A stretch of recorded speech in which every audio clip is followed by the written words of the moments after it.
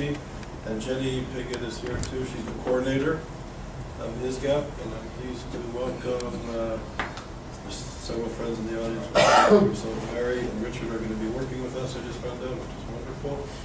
Judith Barsky is here. She's an expert on the subject of radical Islam and related matters, so it's nice to have you here. And we're honored that Michael is here. Michael Widlanski is currently the Schusterman visiting professor at UC Irvine. He served as a political advisor to the Israeli negotiating teams over the years from Yitzhak Shamir and beyond, I believe. He is currently he's a strategic affairs advisor for Israel's Ministry of Public Security. Used to be.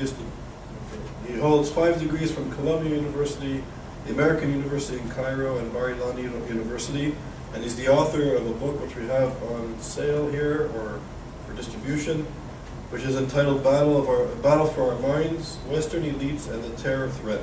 It's by Simon & Schuster, and I'm not just saying this to be polite, it's an important book to read, and I urge you to get it. It's very important. I learned a lot of things in that book that are of value, so thank you for your contribution.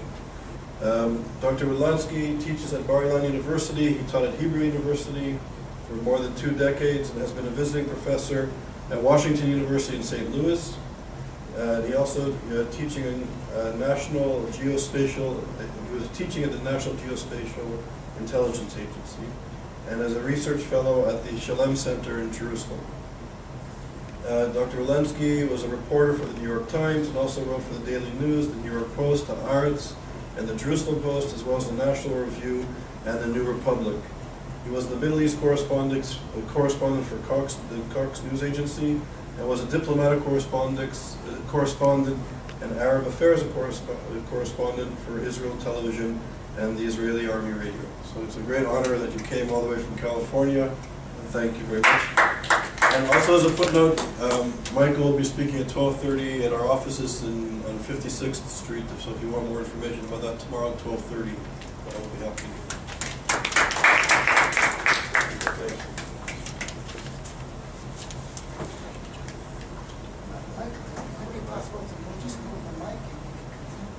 I don't think you can move the mic. Yeah, no. We'll see. You can move the stand over, it'll be closer. I don't think. So I'll stand. If I get tired, I'll sit down for a few minutes. Okay. Oh, the thing went out again. Just a second. What? Oh, yes. User. Good. Does anybody have an iPhone plug for 4S? Yeah. Oh, 4? 4, no? 4S? No, it's Same. between 5 and 4. Okay. Oh, it's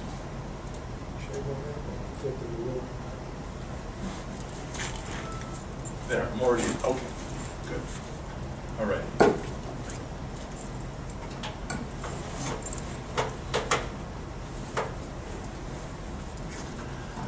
What is intelligence? And what is terror? The idea of my book is that they're both connected. The terrorist wants to capture the space between your ears, not necessarily your territory. Because once he's captured the space between your ears, he can lead you by the nose. And intelligence is the foremost tool that we can use to fight terrorism. Intelligence is important in all wars. But when you're fighting huge numbers of people with tank columns, intelligence is not as important as it is in fighting people who are looking for the weakest link in your society. And the problem with intelligence is when you don't have it in several different senses, you lose the war.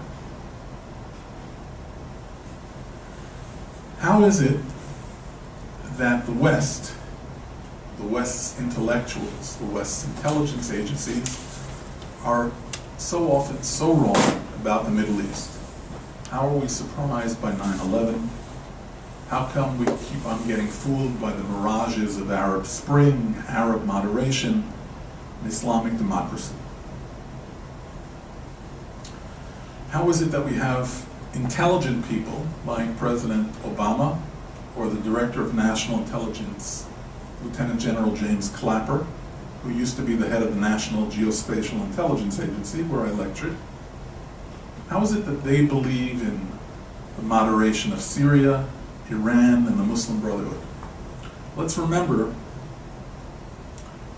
that President Obama overruled the express wishes of Congress not to send an ambassador to Syria, and he did it only a few months before Assad started on his 100,000-man murder spree.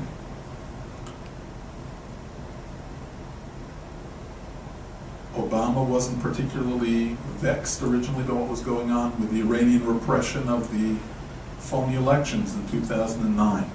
And Clapper appeared before Congress in February 2011 and said with a straight face to a congressional committee that the Muslim Brotherhood is a largely moderate, largely secular group with lots of, what was the term he used?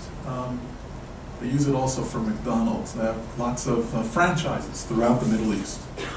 So I was talking about McDonald's. Later he pulled back his remarks, but even if you're good with drones, if you don't know where to point them or why to point them or how to point them, they're not worth very much. And why these people believe in these mirages is tied to a combination of prejudices that we call Arabism, I call Islamophilia, and even anti-Semitism or Jew hatred.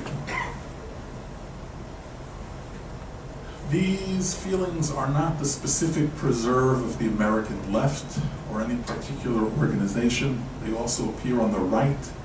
They appear in the religious community. They appear in the secular community.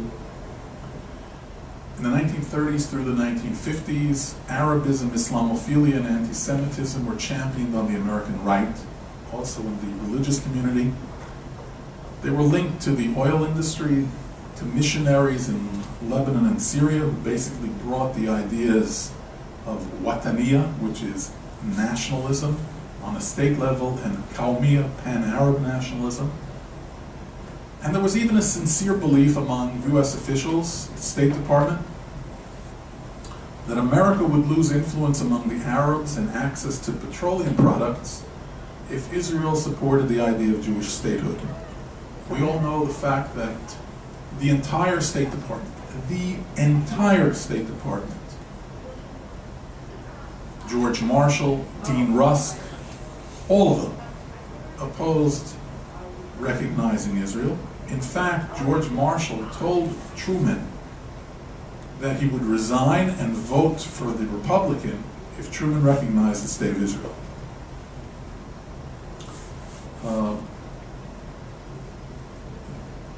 Robert Kaplan describes some of these phenomena in his book, The Arabists, which I've highlighted here. Many of the Arabists were sincere. Some of them had knowledge of the Arab world and Arabic, but many did not. Many more did not. But they took an overly romantic and naive view towards Arab intentions. If you've ever seen Peter O'Toole in the movie Lawrence of Arabia, it's a little bit like that. You get on a horse, you put on a scarf, and you move forward. In recent years, these ideas have been associated more closely with the intellectual left, especially in the United States, particularly with Edward Said and his followers. And Said worked particularly hard to undermine American influence in the Middle East. Said was a professor at Columbia University. I took 3 degrees at Columbia. I was the editor of the Columbia Barnard Course Guide, which was the largest review of teachers at any university in the United States. The Harvard Confi Guide didn't come up to our ankles. So much for Harvard. And we were very much aware of who Said and other people in the English department were. Said was a protege of Lionel Trilling. The school of criticism, literary criticism. He was not an expert on the Middle East. And until the mid-1970s, he wasn't much of an activist. But apparently the Six-Day War had an impact on him. He did not seize planes, he did not make bombs. But he hijacked much of the American community, the American intellectual community, and he paralyzed its critical faculties. His book, Orientalism, stigmatized, stained, besmirched the whole study of the Middle East. In Arabic, somebody who is an Orientalist is called mustashrik. It's a kind of a verb form which has a connotation, you want to be like the East. Said was basically saying that if you were studying the Middle East, you were trying to seize its power. It's a little bit like the Dr. Strangelove guy who said in his movie, seize their bodily fluids. Well, if you look at the cover of Orientalism,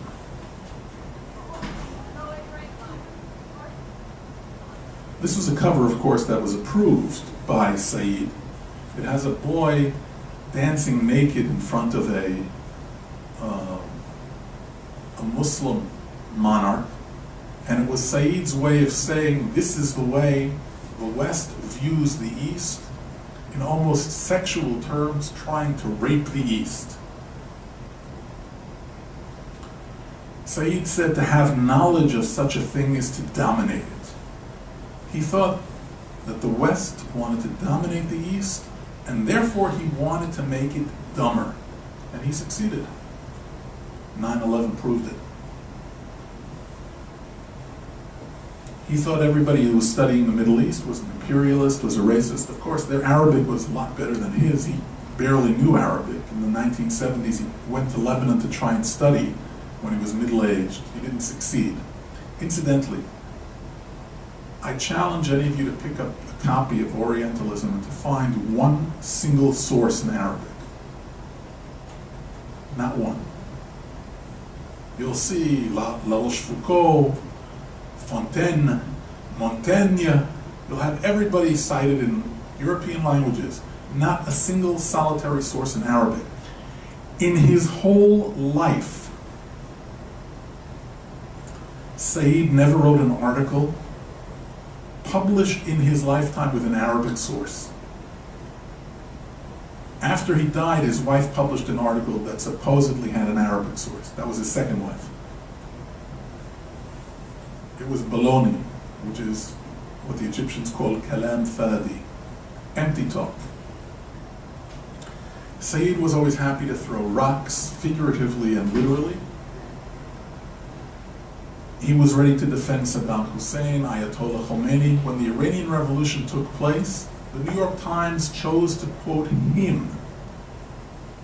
He was new to Middle East studies. He was an English professor at Columbia University who didn't speak Arabic. They quoted him. They didn't quote Bernard Lewis. You know what Bernard Lewis did? He said, I don't really know Khomeini. I never heard of him. I didn't really follow him. He's not my area of expertise. He went to the Princeton Library and he got Khomeini's speeches that had been translated into Arabic. And he went through the whole book. And he said, this guy is not good. He is not moderate. But Jimmy Carter and the State Department people and Andrew Young at the UN, Andy Young said, hey, Khomeini, ain't he some kind of a saint? Real saintly.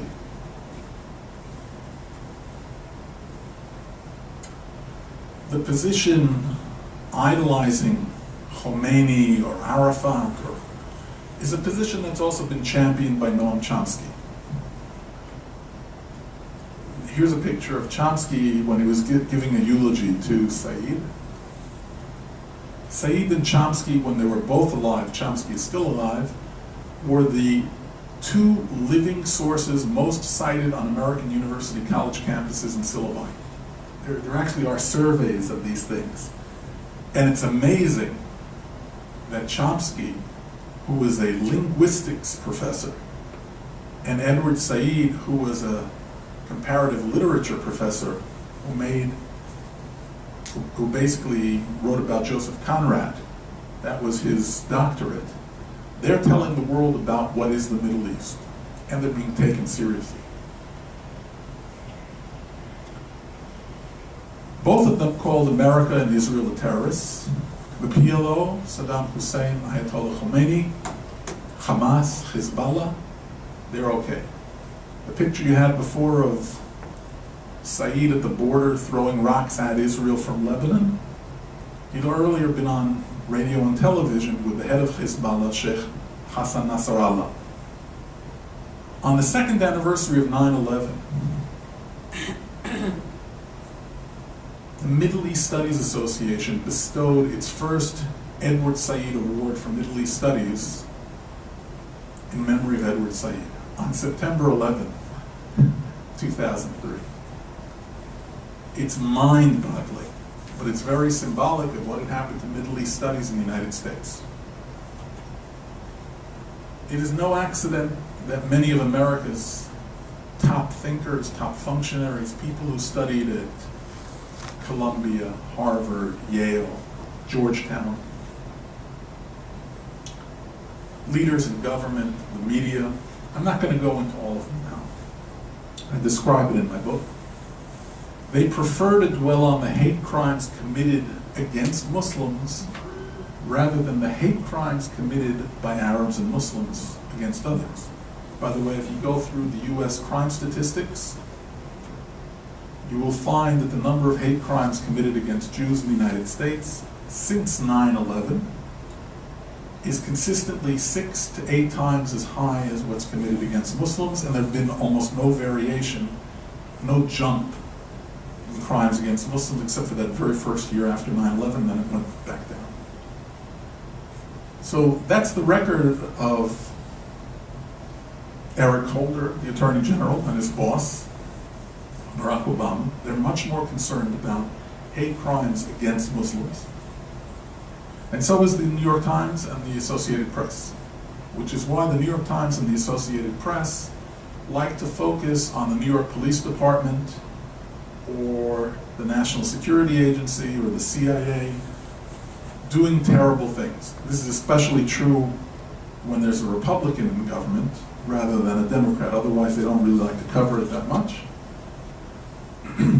They don't do stories about how mosques in Queens or Jersey City are being used as basis for attacks that will occur in 1993 or 2001.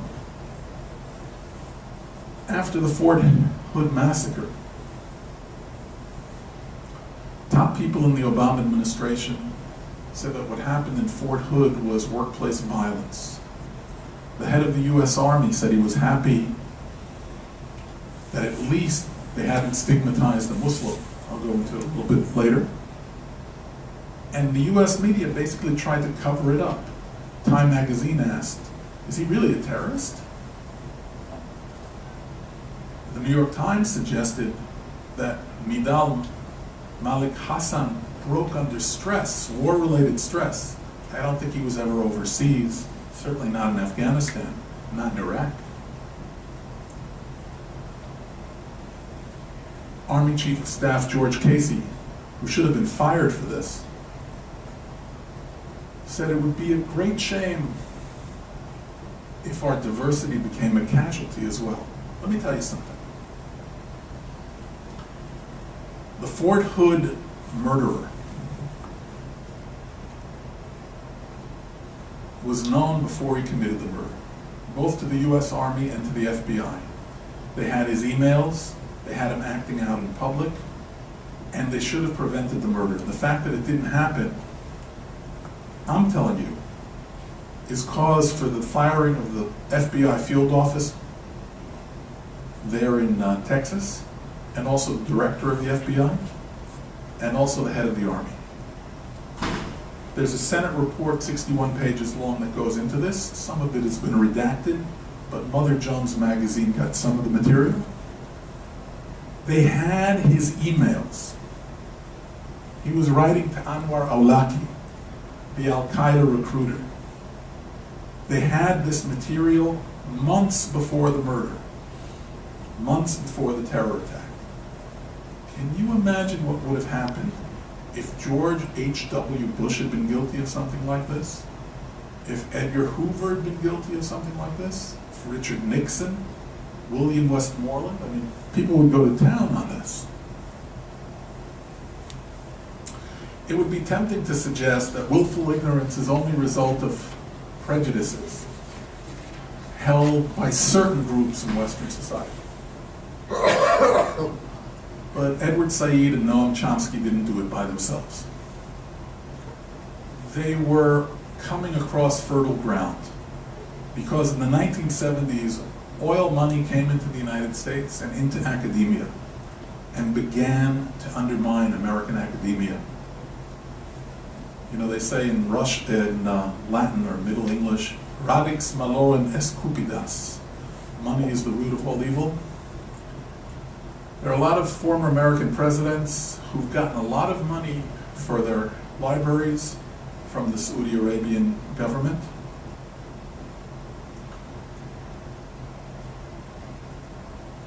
They got the money, but we may be paying the price. Our intellectual centers have been undermined. So let's go back to the original question. Has America's intelligence, in every sense of the word, been undermined by anti-Semitism, Islamophilia, Arabism, and other prejudices? The attitude towards Islam and the Arabs is important because, you know something?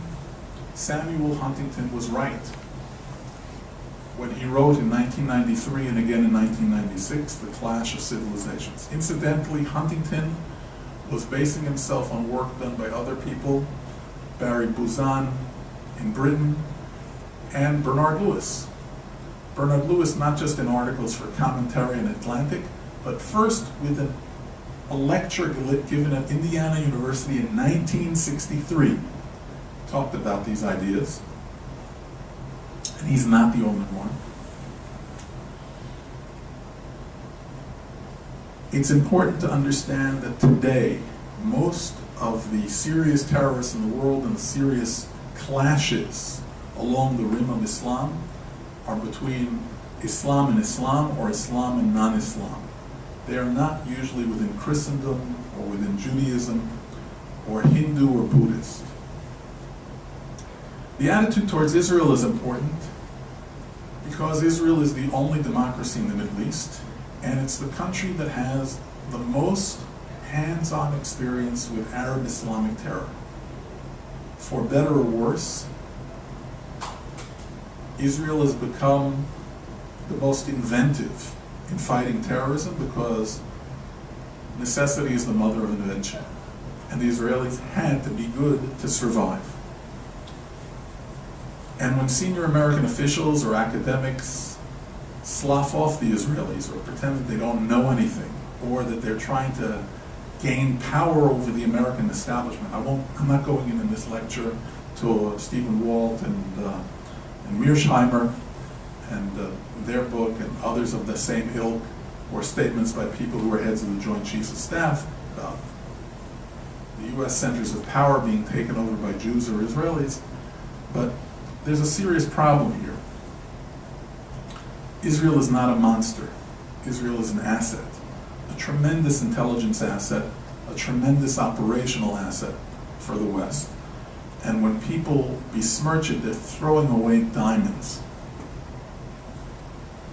When senior American officials habitually err when they study past history and likely future of the Middle East, it has to do very often with prejudice. And that means they're going to get it wrong when they deal with terror.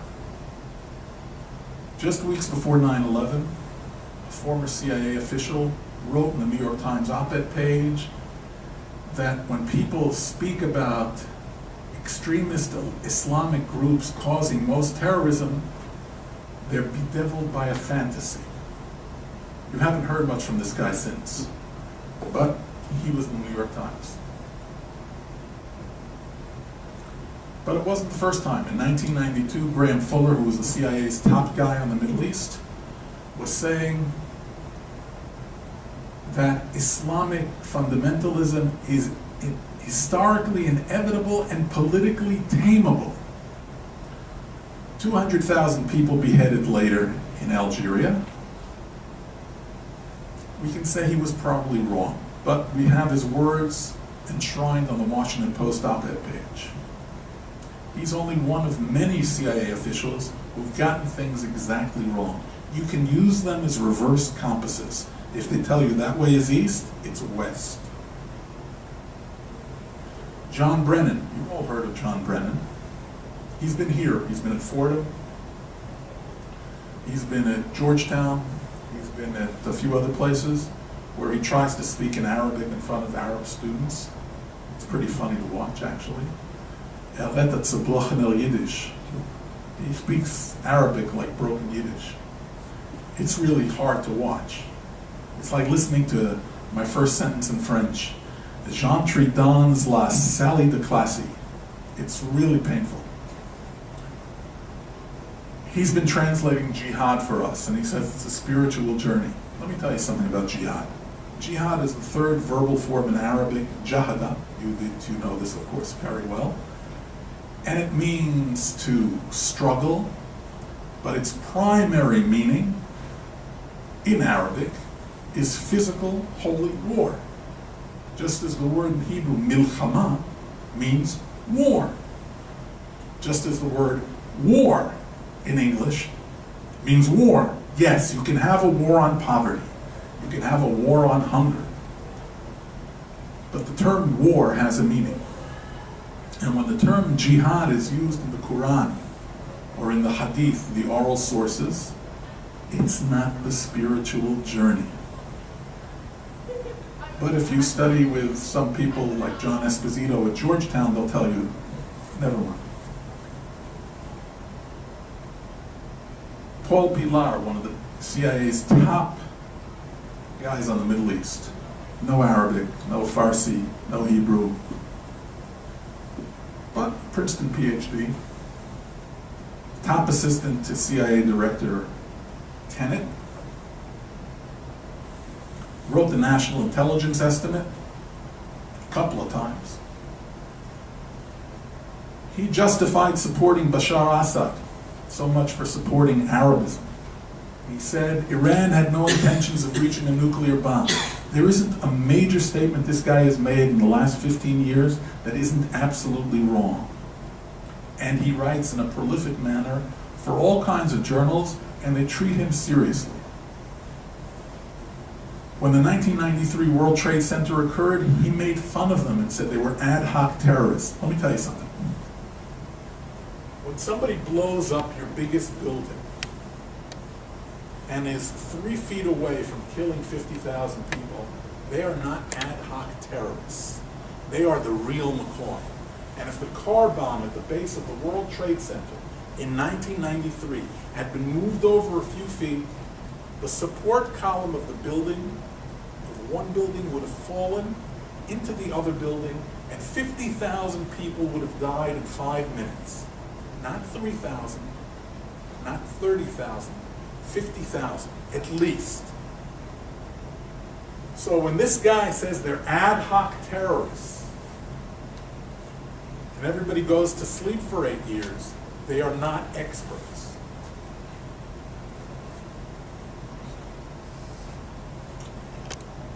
A few months before 9/11, Pilar's book, Terrorism and U.S. Foreign Policy, appeared, and he took all kinds of ridiculous views, such as saying that only a fraction of the attacks around the world could be blamed on Islam. Anybody who read the State Department's sanitized annual reports, Patterns of Global Terrorism, knew that this was wrong. By the way, we're going through a similar thing right now. There have been more attacks and attempted attacks in the last 3 to 5 years than in the previous 7. We're on an upswing.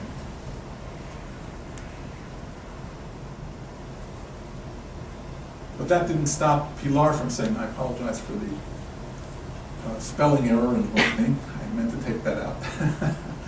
He said that lightning, getting struck by lightning or falling in the bathtub was more likely than being hit by terrorism. So much for another great prediction. Worse than all of these people is Michael Scheuer, the head of the Bin Laden unit at the CIA. This is Scheuer. Scheuer is an admirer of Bin Laden. He said it many times. I had a fight with the legal department at Simon & Schuster to get it into the book. He said, "Oh no, you can't." I said, "Believe me, he's an admirer." And then when I finally could show them on a YouTube that he actually said it publicly, they said, "Okay, I guess we can use it." He's so far left or so far right, he comes around both ends. He's now with Rand Paul, and he blames the Jews for the attacks on the United States. And he also says that Jews in America are like the Copperheads, people in the North who were traitorous to the Union and were supporting the Confederacy. By the way, Scheuer, no Arabic, no anything. He somehow thinks that Iraq is the holiest site in Islam. He wrote it a few times in his books. He got permission from this man, George Tenet, to write his books under a pseudonym, anonymous. Nothing was taken out. People who actually know about the Middle East, serious field officers like Robert Baer, had their works tremendously redacted, edited, censored, and held up for months. The sad truth is that the CIA in the 1990s lost most of its good people because it became overly political. There are very few people in the counter-terror executive who speak foreign languages at all, specifically Arabic. Very few. At one point, 2 out of 30 people had foreign languages. And the head of counter-terror was a man who converted to Islam. And 6 or 7 field officers around the world for the CIA had converted to Islam. But they're worried about Jonathan Pollard. Tenet promoted people like Pilar and Scheuer and supported their books. Scheuer admitted, as long as the book was being used to bash the president, they gave me carte blanche to talk to the media. This kind of intellectual shallowness, I talk about it in depth in my book, was a far cry from the people who were at the creation of the CIA, the people in the Office of Strategic Services, like some of the people who were my professors at Columbia, people who knew the languages, people who'd lived in the area, people who'd been officers. They rubbed up against people in the bazaars, in the mosques. They had hands-on intelligence.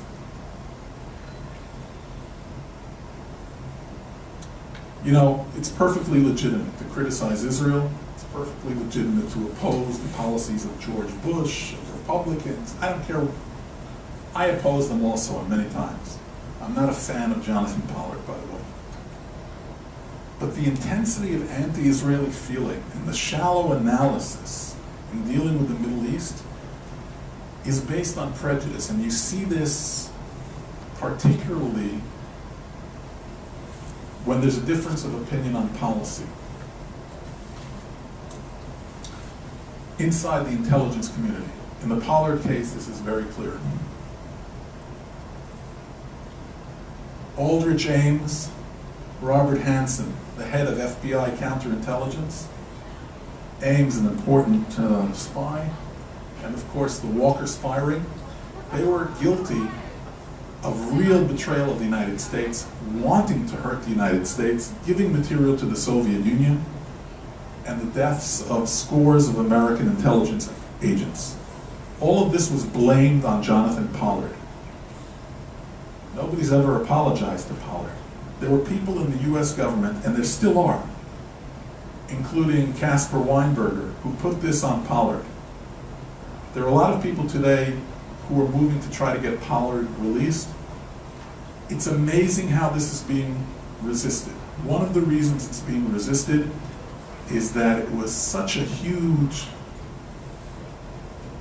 miscarriage of justice, such a huge mess up in terms of moles penetrating US intelligence, that to admit how wrong they were is just too hard to imagine. Pollard was guilty of passing information to Israel. But he wasn't interested in hurting the United States. He was interested in giving Israel information on what was going on in the Gulf. This is not the case of Aldrich Ames, or Robert Hansen, or the Walker Spire. Pollard was blamed for all those deaths, but they were the ones who were responsible. Pollard is still paying for those charges that he was accused of falsely. And a few years ago, they launched another witch hunt against AIPAC. And this was also shown to be completely boundless. Nevertheless, it took a lot of time till the charges were disproved. So the real question is, why waste time on phony spy scandals when there is real damage to U.S. intelligence from Russian-backed or Islamic-backed penetration rings at the highest level of the U.S. government? Do you know that the information that was used on the first World Trade Center attack was supplied to a large extent by a man by the name of Ali Muhammad, who was an Egyptian major who trained Osama Bin Laden's bodyguards, but was the top advisor to the Joint Chiefs of Staff on training people for the Middle East. To this day, information that he gave away is being used by Islamic groups around the world. There are people who are making fun of 5 congressmen, or Congress people, or Congress, whatever you want to call them, from Gomer to Michelle Bachmann, because they talk about the fact that Hillary Clinton's closest assistant, her whole family, Huma Abdi, is associated with the Muslim Brotherhood. Now, it's easy to make fun of Michelle Bachmann. She doesn't know how to pronounce the word chutzpah. She says chutzpah. So people laugh and they say she doesn't know anything. But she happened to be right. And I know personally from people in the National Security Agency, people at the Joint Chiefs, that today if you want to lecture in these organizations about Islam, you have to be vetted by various Islamic groups. And you can't even use the term Islamic extremism. You cannot use the term Arab Islamic terrorism. It's a no-no. If you cannot name your enemy, you will not be able to defeat your enemy. That's the sad truth. But the good truth is, you can defeat the enemy. We can defeat the enemy. In Israel, we've done a pretty good job. We mess up a lot of times. The recent release of terrorists is a mess up, and I can talk to you about it sometime. But in general, we've had tremendous success. So much so that Barack Obama is now copying our drone program and other things. But that's not the only thing. So we can fight terrorism, but we have to put aside politically correct and prejudice and Islamophilia. I'm not saying, God forbid, go out and distrust every Muslim you meet, go out and distrust every Jew you meet, Buddhist, Hindu, whatever. No. I'm saying study and base yourself on facts, not on political trend lines. Thank you.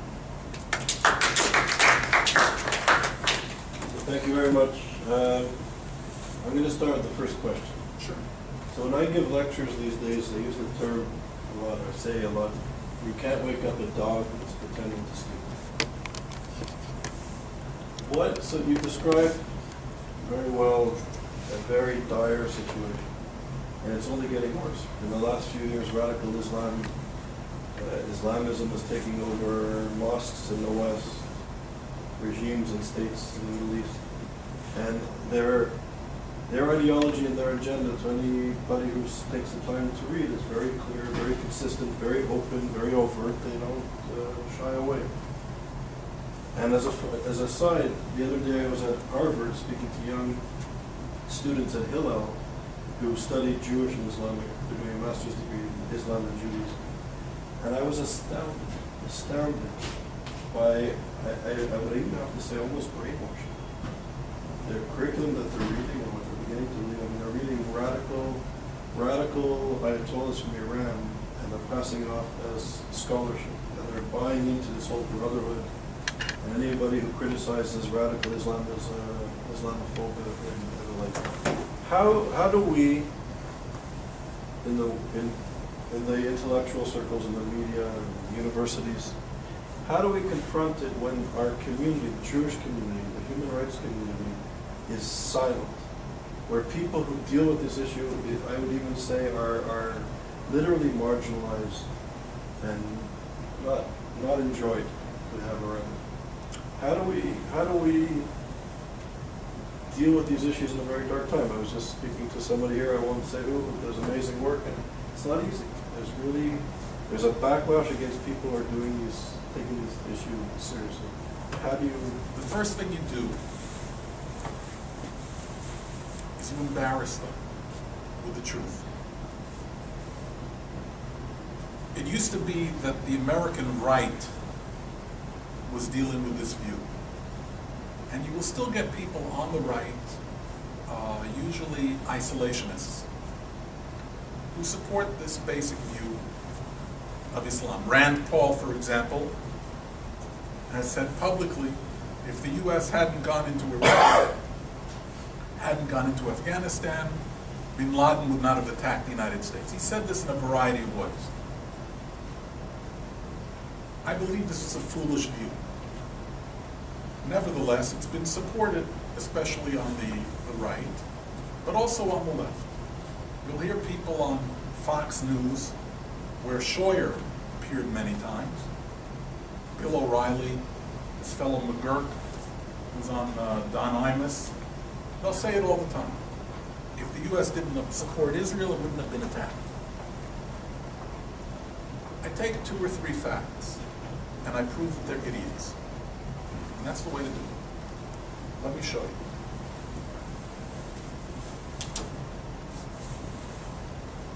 Osama Bin Laden and the Al-Qaeda movement is a direct descendant of the Muslim Brotherhood.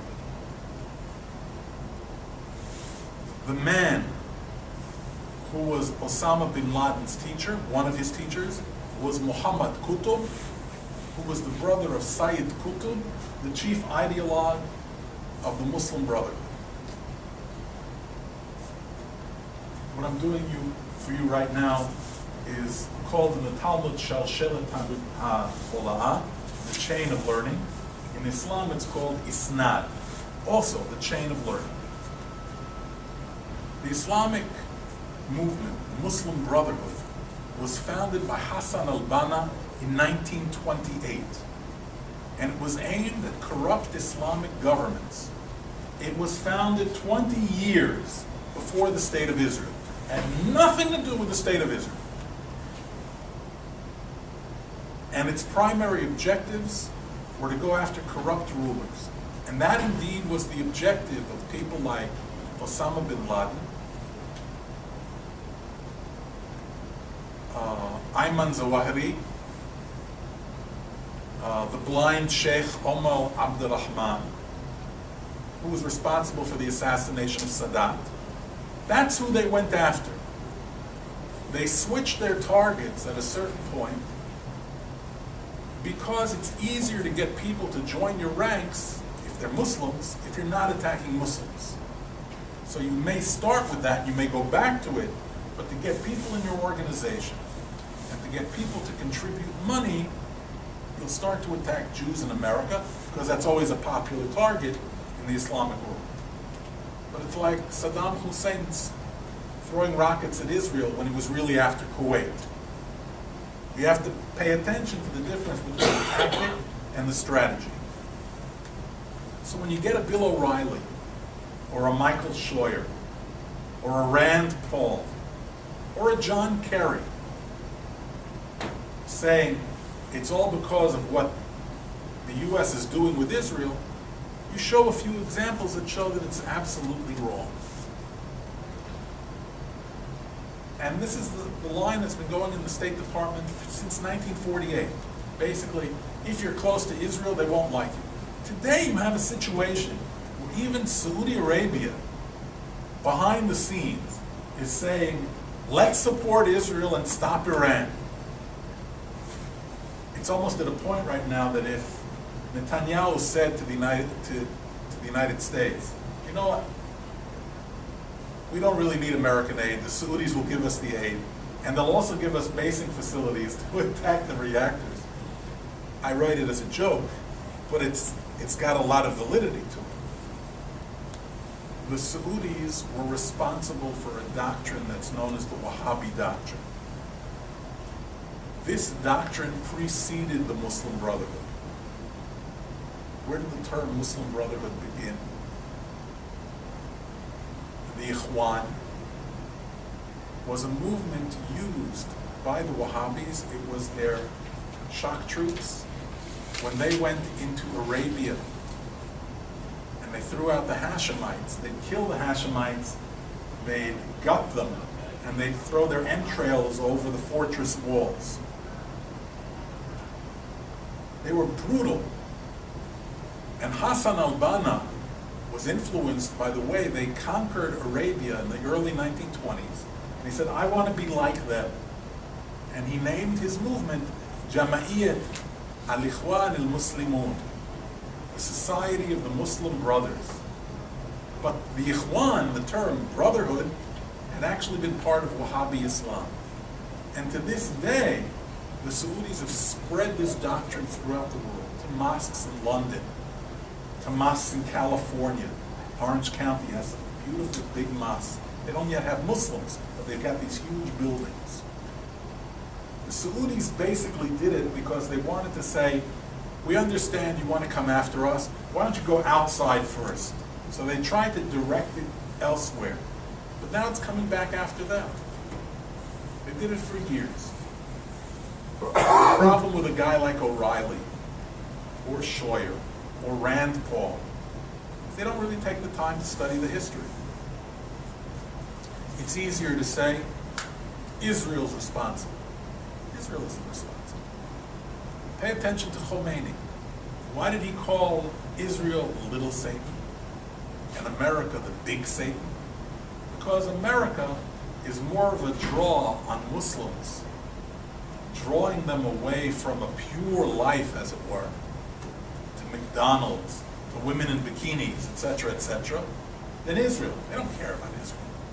Israel's a little pinprick. What do they care? But why does he care about America? Because America is destroying their image of Islam. And they want to get to that pure Islam. Now, the Muslim Brotherhood wants a Sunni version of pure Islam.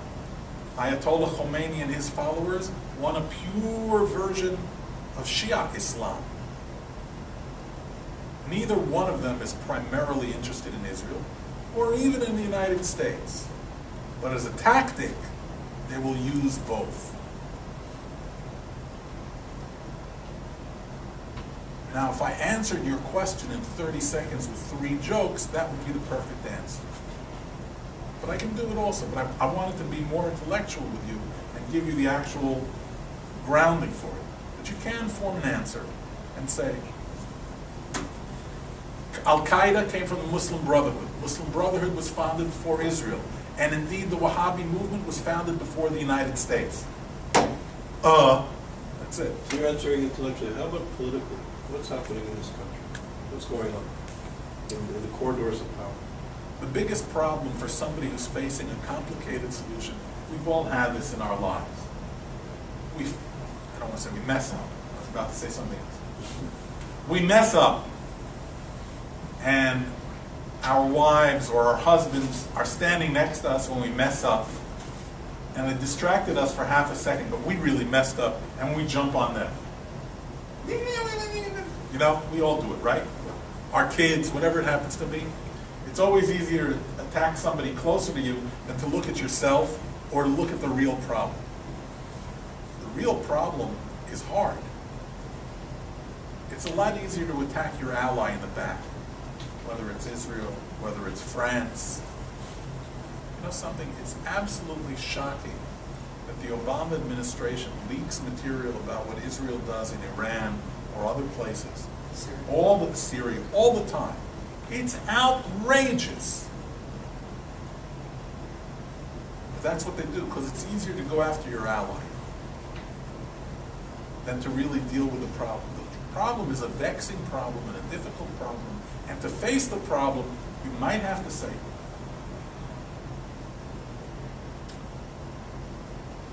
maybe I got it wrong. Maybe Edward Said wasn't right. Maybe it's a little deeper than what he said. Maybe he didn't know Arabic. Maybe he didn't know the Middle East. Maybe it's not all about American or Western imperialism. That's a problem. And unfortunately, a lot of our intellectual circles, a lot of our media, particularly on the Democratic side, but also on the isolationist Republican side, get guys who say, why do we have to give foreign aid? Why, oh God.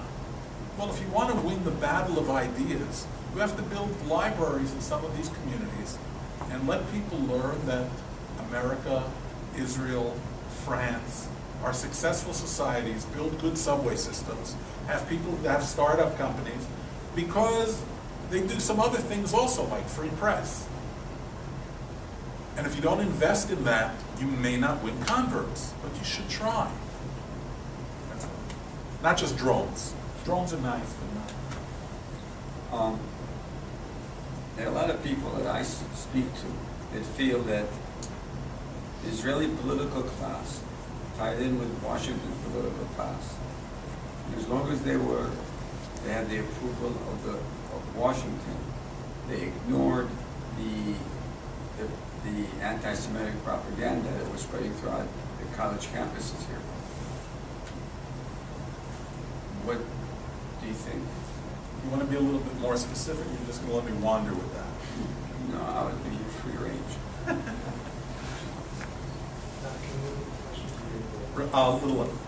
All right, say it a little louder just so that everybody can hear you. The American political class and the Israeli political class. Well, no, the other way around.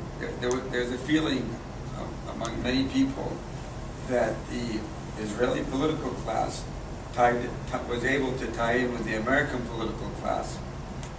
And in the process, they felt very secure and ignored the fact that on college campuses, the propaganda of anti-Semitism was taking place and was growing.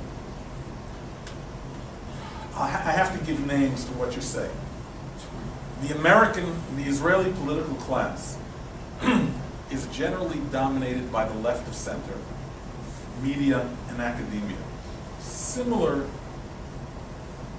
to the US, but even more so, because the media in Israel are even more left dominated. Most of the people who became editors in Israel, ran newspapers, did so at a time when Mapai, the Israeli Labor Party, was the totally dominant party in Israel, and they've continued to dominate both the media, the judiciary, and academia. I know because I have 3 children at Hebrew University, and I see who they study with and what gets studied. And a lot of these people wanted to believe that if you plant an olive tree in an Arab village and they come to you and they salam, it's all going to be fine, and that you don't have a problem. Israel's president, Shimon Peres, would say publicly, time and time again, you don't have a problem with Hezbollah, you don't have a problem with PR or getting your viewpoint across, you have a problem because of your policy. You're an occupier, that's your problem. That's your problem. And therefore, forget about PR. Yossi Beilin, the father of the Oslo Accord, said this time and time again. It's positive that in Israel today, Yossi Beilin could not be elected even to be dog catcher in Ramat Gan. And it's positive that most Israelis, even though they're willing to make tremendous concessions for peace, do not believe in the PLO, certainly not Hamas, and don't believe in making concessions to them. This is very positive. And yet, you have the Israeli media suggesting today, for example, that Shimon Peres, at the age of 93, should leave the office of president and run against Netanyahu as the standard bearer of the Israeli left in the peace camp.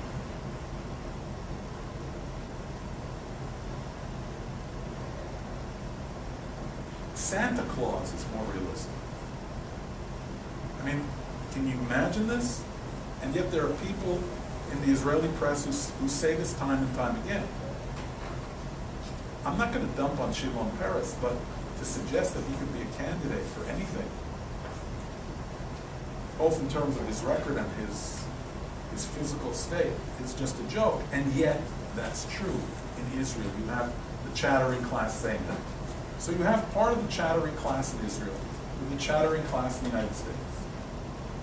You know that Bill Clinton worked very hard for the election of Ehud Barak in 1999. George H.W. Bush helped the campaign of Yitzhak Rabin in 1992. And Barack Obama would have liked to have helped. Okay? We know that. God forbid an Israeli should ever get involved in an American election, right? But that's the fact of life. And that's basically where it goes. I think this, to a certain extent, began when Bar-Ilan, after the Labor Party lost power, got out of power. The first place he went was he got on a plane and went to West 43rd Street to talk to the editorial board of the New York Times. Of course, all of a sudden they wanted to hear everything that Bar-Ilan had to say. They'd been ignoring him for years on other issues. But when he wanted to say bad things about Likud or the Israeli right, fantastic. It's true. It's true. And to this day, if you go into the Israeli Foreign Ministry, they do a bad job on hospital. They do a bad job on college campuses. It's all true. I'll tell you a quick story. 2007, I'm the Schusterman visiting professor at Washington University in St. Louis. And the Consul General of Israel in Atlanta decides that he's going to use the CNN Middle East director as a guest at his consulate. I don't remember the lady's name, but she was very anti-Israel. But he wanted connections with her, and all kinds of stuff like that. So I immediately wrote a letter to him, and I said, you know, you have 3 Schusterman professors in the United States who come from Israel, are Israeli, speak Arabic and Hebrew. Why are you using the person from CNN? Especially when you know that CNN stands for certainly not news. I mean, why? I got no real response, of course, but this kind of thing happens all the time. The Israeli government uses the foreign ministry as a place to dump people who can't get other jobs. And the Israeli foreign ministry pool of cadets is usually stacked very far to the left, secular left, etc., etc. And they come to the United States for 2 years, and they spend the better part of 19, 20 months first finding out how to take the F train to Jamaica, or how to get into the bargain basement of Bloomingdale's. I mean, they don't really get training. They don't really do what they have to do. And I've been through this with generations of Israeli foreign ministry officials. I can tell you stories. I would just blow you away. Are they going to do something about it? You know something? If you have a prime minister like Netanyahu, who probably knows more about the press than any other politician in the world, and he doesn't do something about it, why blame anybody else? And I like Netanyahu, personally. And I'm one of the few people who will criticize him to his face. And he won't get pissed off because he knows I'm not looking for a job. But really, Netanyahu knows. A few years ago, Netanyahu had too much insight, so forget it. I'm not gonna. I can tell you stuff. You go bananas. You name a foreign minister like David Levy, who can't speak English. You name a foreign minister like Tzipi Livni, who until recently couldn't speak English. She can now speak English a little bit. Why? Do you care? Would Barack Obama make somebody his Secretary of Defense or Secretary of State unless they agreed with him and were going to do his policies? Netanyahu knows more about the press than anybody. He knows how to speak to an audience. I mean, he did a few numbers on Barack Obama in front of the press corps at the White House.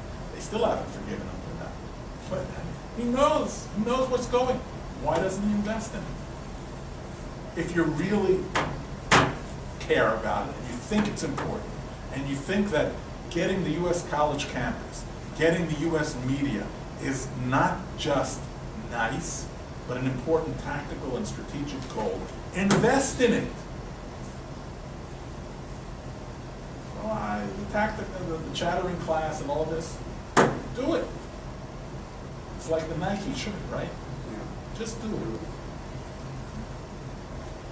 Why is there no talk up front about a human right? Why is that an okay? Well, I have a friend, colleague, Mark Langfan, who used to use terminology like that. The problem with using that kind of Use a different term, not okay. yeah, but if you use, I want to explain, if you use the term Judenrein, you immediately bring up the idea of the Holocaust, and it turns off a lot of people. If you say, look, you want to believe in a two-state solution, then understand that the other state really believes in a final solution, without Jews. How do we know? They say it. Look at the latest speech by Mahmoud Abbas, who people like to call Abu Mazen. You know what Abu Mazen means? Father of Mazen. It's like calling Joseph Stalin Uncle Joe. It's the nickname in Arabic. It's like calling Nikita Khrushchev Nikita Sergeyevich. You know, it's nice. The things that he says about Israel and about removing all Jews from the West Bank and from Gaza, like they're foreign organisms. You have to talk about it. You're right, you do have to talk about it. I talk about it. I wouldn't use the term Judenrein. I just... You're talking about the territories or in Germany? Well, in Israel also, it's also true in Israel. Well, he I mean, doesn't say that about if you're absolutely right, if you look at the documents of the PLO, which have never been repealed, despite what Bill Clinton and Bibi Netanyahu said in 1998, the Palestinian covenant has never been repealed. And there are even documents proving it. Or revised. It's not even been revised. It's nothing. Just listen to their TV. Watch Mahmoud Abbas greet terrorists home and say what they did is heroism. And not even attacks that occurred before the Oslo Accords, but attacks that occurred after the Oslo Accords. That's what you have to talk about. I would have no pity on this guy. I have videos of him where he said to Hamas, let our rifles, all our rifles, be aimed at the occupation. And I use them, and I show them to my students. Because he's not a moderate. That's not moderate. And that's what you gotta do. You gotta name names, give facts, show. Yeah. You gotta do it. No excuse not to. I mean, I guess it's a little off topic, but you were talking I about- had an Arabic professor, Pierre Kakia, probably the #1 expert in the world on Arab literature. Every time at Columbia we'd give a class and he'd start to da-da-da-da, and then I'd ask a question, like you. And I'd say, da-da-da-da-da, and he'd start to tell a joke about this, that, and he'd go into something that was fantastically interesting. And 20 minutes later, I'd say, I'm sorry, Professor Kakia, I took you off on a tangent. And he'd say to me, Michael, always follow the tangent. It's always more interesting. You were mentioning how Islam mirrors Judaism in terms of its construction, in terms of its spread of knowledge. I was curious because Judaism in the mid-1800s had a huge liberalizing movement. You had the meetings in Germany, all across Germany, Wolfheim, Zacharias, Frankel, all of these people.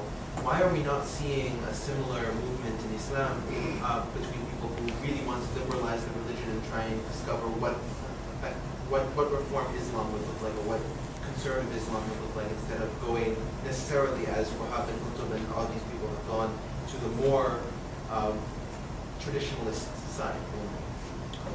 You have. I disagree with your nomenclature. Okay. I wouldn't necessarily take the reform movement in Germany as the liberal movement. You had liberal movements in Judaism all the time. Judaism in general is very liberal because you always have the majority view and the minority view, and they don't kill the person in the minority view. There's Beit Hillel and Beit Shammai, Hillel and Shammai. Hillel wins, he's got more students, and they don't kill the people in Beit Shammai. That's minority view. And then in 20 years, if one of the rabbis says, you know, Shammai had a point, and then they use the minority view to make a ruling. That's liberalism in Judaism. I'm just, briefly. There was a movement in Islam, Muhammad Abdul and Al-Afghani, that tried to combine sources in Islam with modernism at the beginning of the 20th century, the end of the 19th century. They were basically pushed aside. Yeah, and there was also a movement, the Nahda, the literary movement inside Egypt, where people like Tawfiq al-Hakim and Naguib al-Mahfouz looked to European literary models and tried to go with that a little bit. They were pushed aside. Could they go back to it? I think they could. I think they could. This is a long answer. I'll give you a short answer to a very long question. Your question is a big question.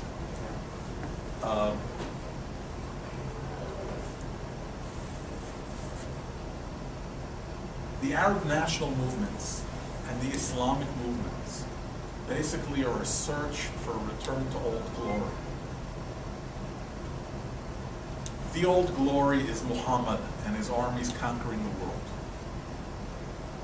And or the Umayyad Empire, the Abbasid Empire, the Caliphate. And you want to return to that kind of glory. You don't want to be in a situation where you look at the world and you look at the UN Development Report and you say, the Arab world is more backward than Black Africa, the darkest spot of Black Africa. How is that possible?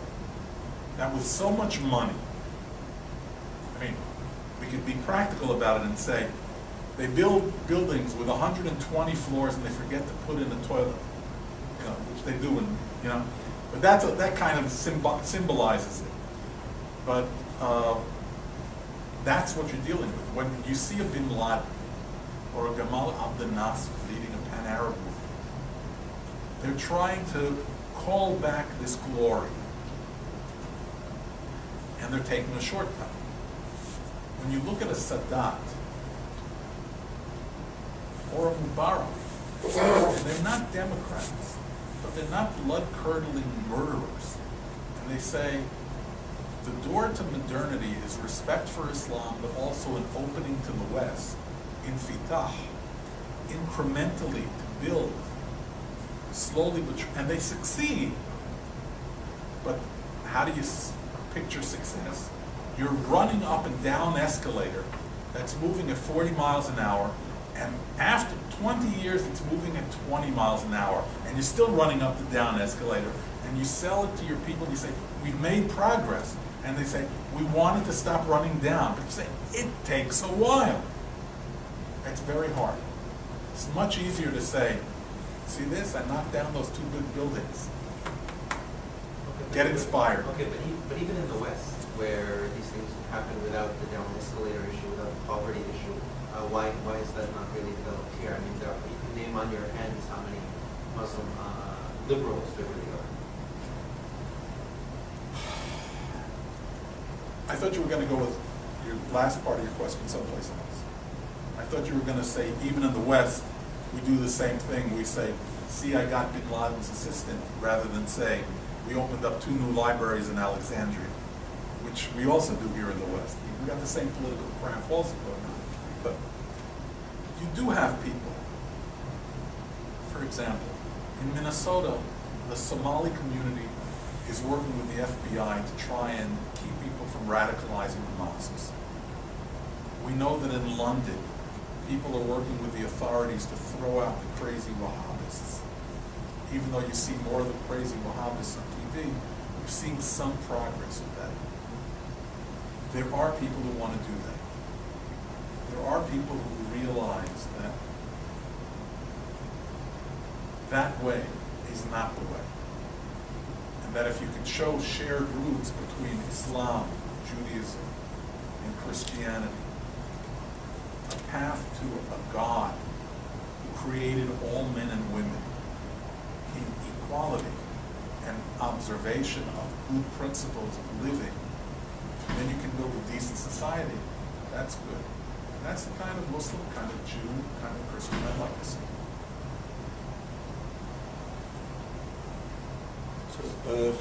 So this will be the final question we're supposed to be ready to What do you think of the talks that are going on? Do you have any hopes for any progress? Which talks? Israel and Abbas. Oh, I thought you were going to talk about Syria and Iran. No. Tzipi Livni. Tzipi Livni. I don't want to go there. I don't want to go there. I've gotten off topic enough tonight for enough. I'd stay on thing. Okay. So on that note, so thank you. We appreciate your insights and the work you're doing. And tomorrow at 12:30 at AJC, Michael will speak again. There'll be a light lunch being served. If anybody would like to attend, please tell Jenny that you'll be there. And if you want a book, I'll give you a nice autograph. Thank you. What did America do There's with somebody- those spies that